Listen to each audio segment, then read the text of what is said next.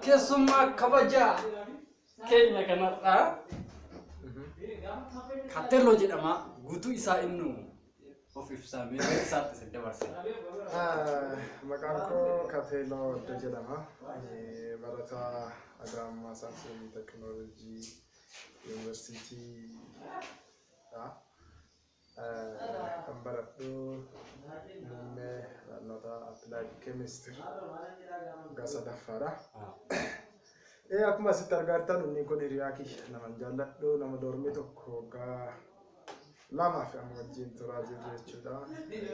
Nama chaalenjii baay'ee keessa waliin darbine. Ingidihi akkuma beekamu asitti akka kan argamnee fi yaada ta'u tokko wajjin sheerii akka godhannudha. Isaan keessaa akkuma beekamu kallattii garaagaraatiin waan hedduu dabarsine mudannoo tokko tokko illee qabna. Yaadatta ta'e gaafa qormaanni gibbii kana yeroo darbe bulii 30 keessatti semestara tokko xumurtan nuun jedhan waan hedduutu nu mudate. Achi keessaa tirii qabatanii bahuun jira.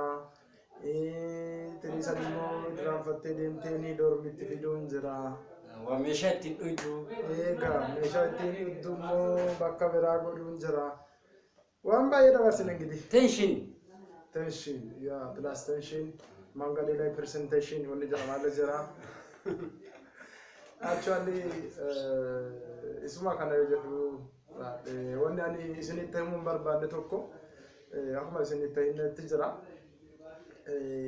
Garuu waan tokko mammaa gaafachuu illee barbaada. Gidi asii madarkii kanarratti arganneerra.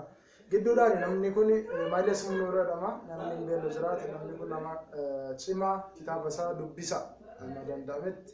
Kitaaba isaa dubbichaan baay'ee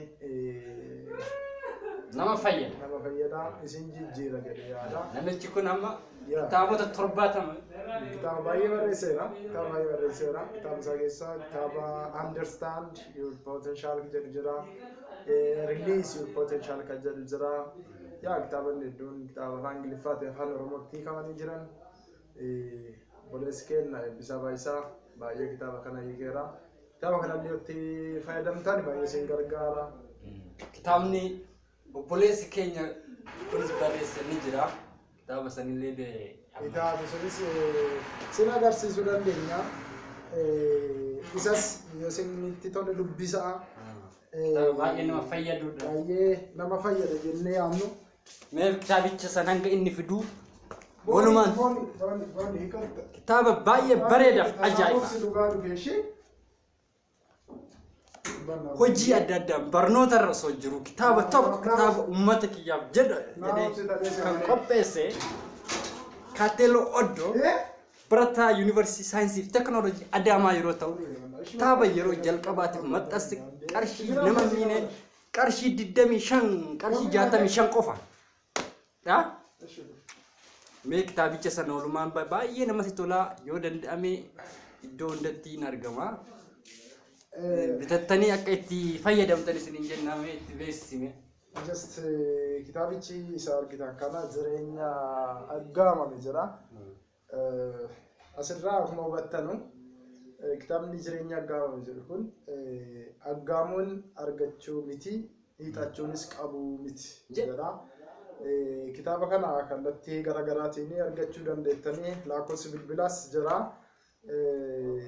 Duwwaa 955636998 akkasumas duwwaa 912666798 bilbiltanii argachuu dandeettu. Akkasumas imeeliinis jira kateloo273@gmail.com kallattii karaan argachuu dandeessu kabajamtoota keenyaa.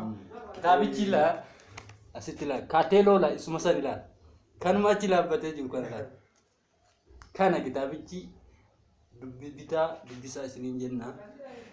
Ulfaadhaa wayyamaa yaada kallattii garaagaraatiin argachuu dandeettu. Maxxansi jalqabaa dhume amma maxxansi lammaffaa yeroo dhiyootti yoo fedha Waaqayyoo ta'e hin dhaqqaba. Kana baay'ee isin jaallanna.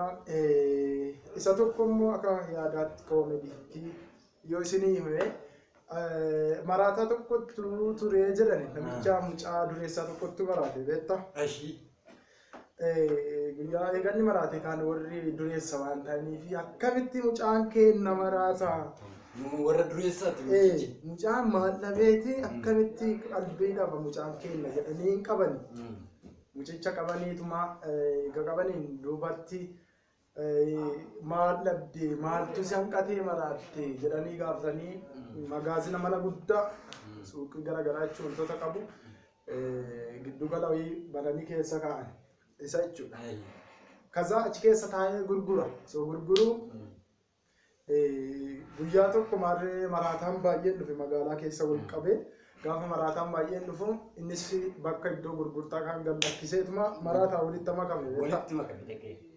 Utaaleetumaan seenee gaafa kana warri maaliif nu salphisaa nu maaliif banneedhanii dhaqanii yeroo qabanu ambari sila gaafuma sinna qabdaan kaanu goddanyaa dhabe malee yookiin hiriyaa nama akka koo maraatu dhabe malee hin fayyine ture.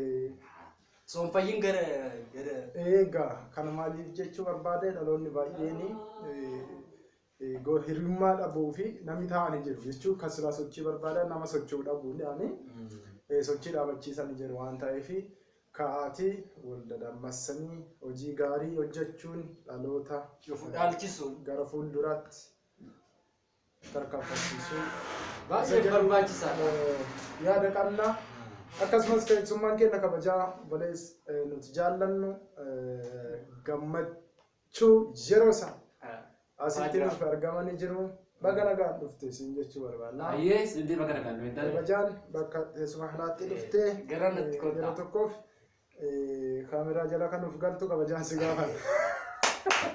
Simata yaamile simata. Naa hunduma keessan guddaa galateeffachaa yaa'u. Maqaan keessan eenyu ture? Maqaan kiyyaa Dr. Gammachiis jedhama. Xiqqoo gadi jedhi. Gadi. Kaameraa jala Kaameraa. Gadi jedhi. Suuraa Ofa kun itti fakkaata. Maqaan kiyyaa Gammachuun jedhama. Kanan dhufe as kutaa gara gadii kana laata jechuudha. Gara gadii. Doktorummaa kana eessatti fudhatta?